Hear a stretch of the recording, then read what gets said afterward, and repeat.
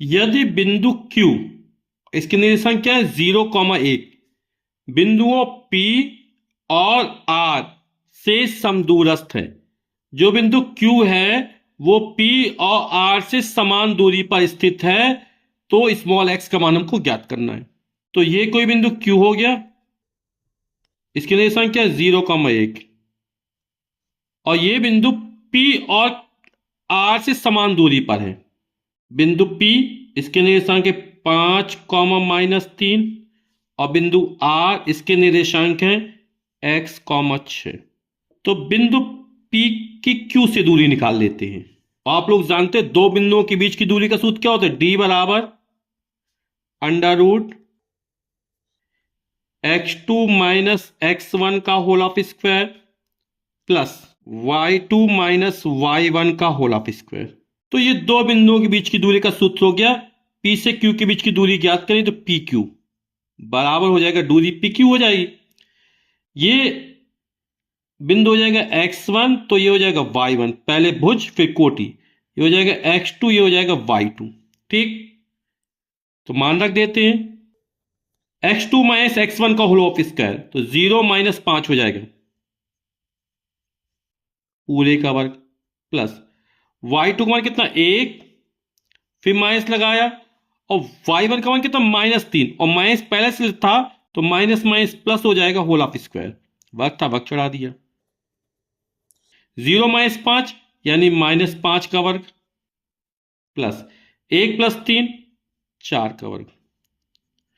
चाहे संख्या ऋणात्मक हो चाहे धनात्मक हो, उसका वर्ग हमेशा धनात्मक होता है।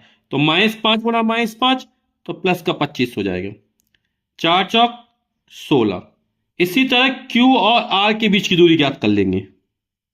तो दूरी QR बराबर कितना हो जाएगा, सूत्र यही लग जाएगा x2 - x1 का whole of square plus y2 - y1 का होल ऑफ स्क्वायर का वर्गमूल, है ना।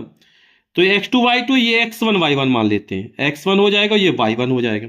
ठीक, तो सूत्र क्या है, x2 - x1 का होल ऑफ स्क्वायर यानी 0 - x का होल ऑफ स्क्वायर हो जाएगा,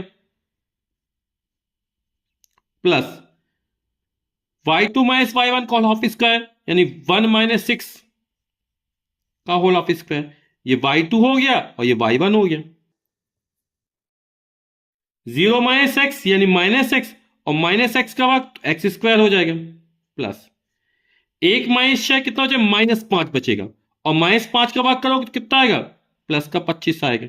हमसे कह रहा था PQ और QR दूरी कैसी बराबर है ना, क्योंकि बिंदु Q जो है वो P और R से समदूरस्थ है, यानी हमको दिया गया है PQ बराबर QR।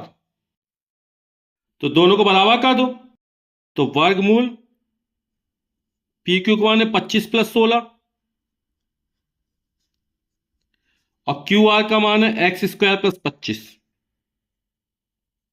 ठीक, दोनों पक्षों का वर्ग कर दो तो अंडर रूट हट जाएगा, तो 25 + 16 बराबर x² + 25। 25 का पक्षांतर 25 25 घट जाएगा, इसलिए हमने जोड़ के नहीं रखा था इसको।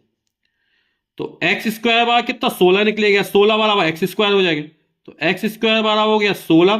दोनों पक्षों का वर्गमूल ले लो, तो x² का वर्गमूल x और 16 का वर्गमूल +- 4, तो x समान निकला, यही हमारा उत्तर हो जाएगा।